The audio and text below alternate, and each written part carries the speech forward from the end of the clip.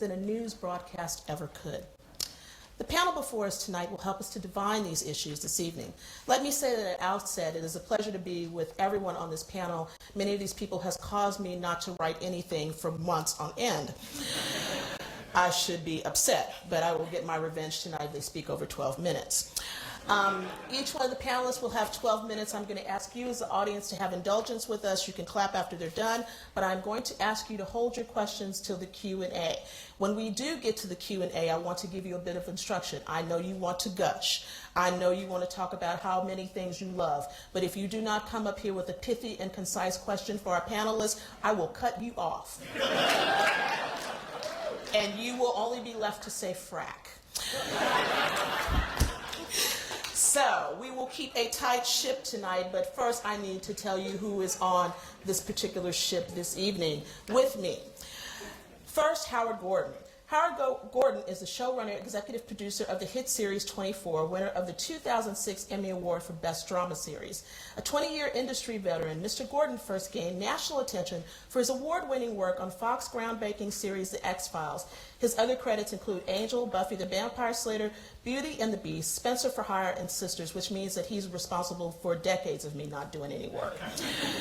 He's also the creator and executive producer of the innovative 1999 drama Strange World. Howard lives in Los Angeles with his wife and 3 children. He's also involved with multiple charitable organizations, including the Stroke Association of Southern California, for which he is an active board member. He will be our first speaker this evening.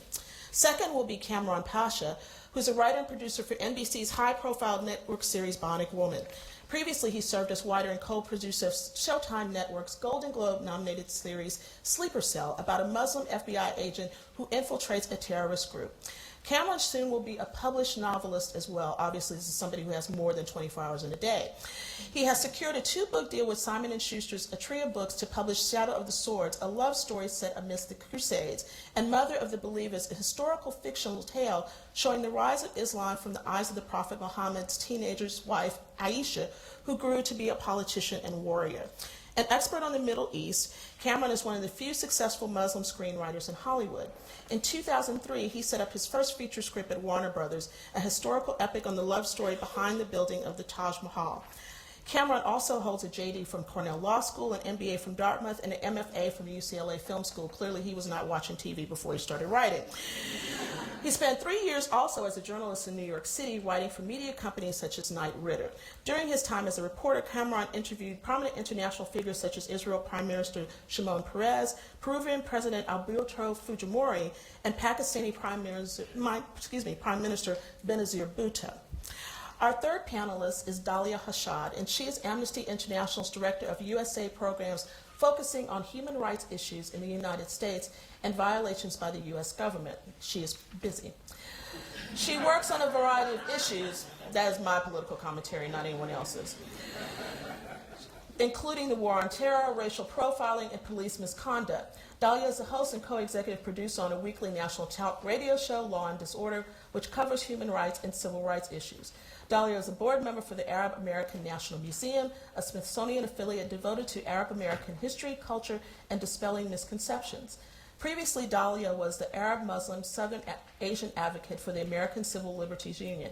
She's worked in the occupied Palestinian territories as a human rights legal advisor and also as a chairperson for CalPIRG, California Public Interest Research Group, including tackling such issues as weakening of environmental laws, campaign finance reform, and cuts to financial aid. She received her law degree from New York University School of Law and her degree in environmental policy from UC Berkeley. Finally, we have a person deeply rooted in the sci-fi genre. Ron Moore also got his start in the entertainment business on the writing staff of Star Trek: The Next Generation. During his tenure there, he co-wrote 27 episodes, including the 2-hour series finale, All Good Things, for which he won a Hugo Award in 1994. That same year, Moore was honored with the Emmy Award nomination and was eventually promoted to producer. In 1994, Moore joined the writing staff of Star Trek Deep Space Nine as supervising producer and was elevated to co-executive producer the following year. Moore spent 5 seasons on this series until the end of its successful run in 1999. He's also in fall of 2002 showrunner and executive producer of HBO's critically acclaimed 1-hour drama Carnival, which I'm very sorry was taken off of the air. I wish it had continued. I'd like to know where that story would have gone. Moore is, yeah. It is a real shame. Moore is currently writer and executive producer of Battlestar Galactica, now in its 4th season, and continually making me wonder about things when I wake up in the morning. Battlestar was honored with the prestigious Peabody Award and twice as an official selection in the AFI Top Television Programs for 2005 and 2006. In 2006, Round was nominated for an Emmy Award for Best Writing in a Dramatic Series. Moore is a native of Chowchilla, California, and attended Cornell University, where he studied political science. He lives in California with his wife, Terry, and his 3 children, Robin, Roxy, and Jonathan. Thank you for paying attention, and now first we have Howard Gordon. Thank you.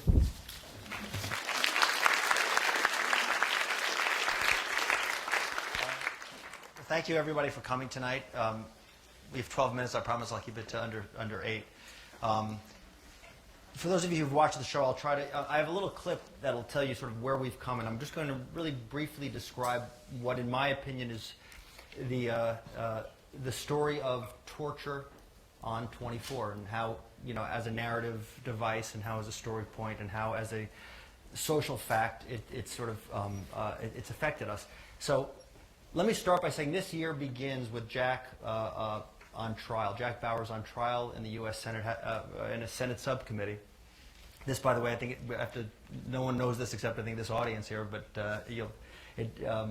Jack has been wandering the earth basically after last season, and he's been served a Senate a subpoena to appear for. To face charges of torture and illegal detention. So essentially, Jack is facing trial for what he's done, and he enters the season in this Senate subcommittee with kind of telling the Senate subcommittee that he has no regrets, and I'll explain that in a moment. But this is from. It's not a particularly good clip, but it's a clip that kind of illuminates a little bit of this idea. It takes place, I think, in the 14th episode of this season, and it's with the senator who was his sort of chief inquisitor. So, if you guys have it, it's a short one. First, I've got to text all my friends all the information.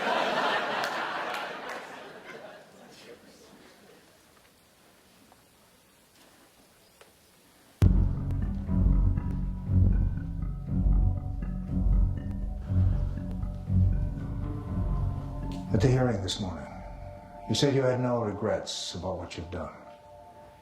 But what I saw was a man full of regret. Of course I have regrets, Senator. I regret losing my family.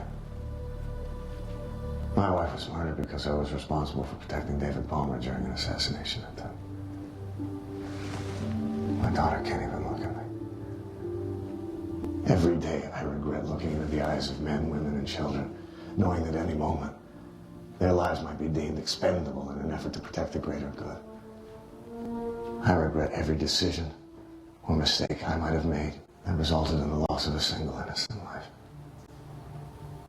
But you know what I regret the most? Is that this world even needs people like me. So you think I'm naive to believe we need to hold ourselves to a higher standard of conduct? It doesn't even matter what I think, Senator. You just need to understand where I work. Things get a lot messier than where you work on the Hill. What you've lost, Mr. Bauer, is tragic. What you've been compelled to do in the name of saving innocent life is tragic. But sometimes we need to incur the most horrible losses in order to uphold the ideals that this country was founded on. How can we presume to lead the world unless we set an example? You make it sound so simple. Well, maybe it's simpler than you think. Maybe all the things that you've seen and all the things that you've done have clouded your vision.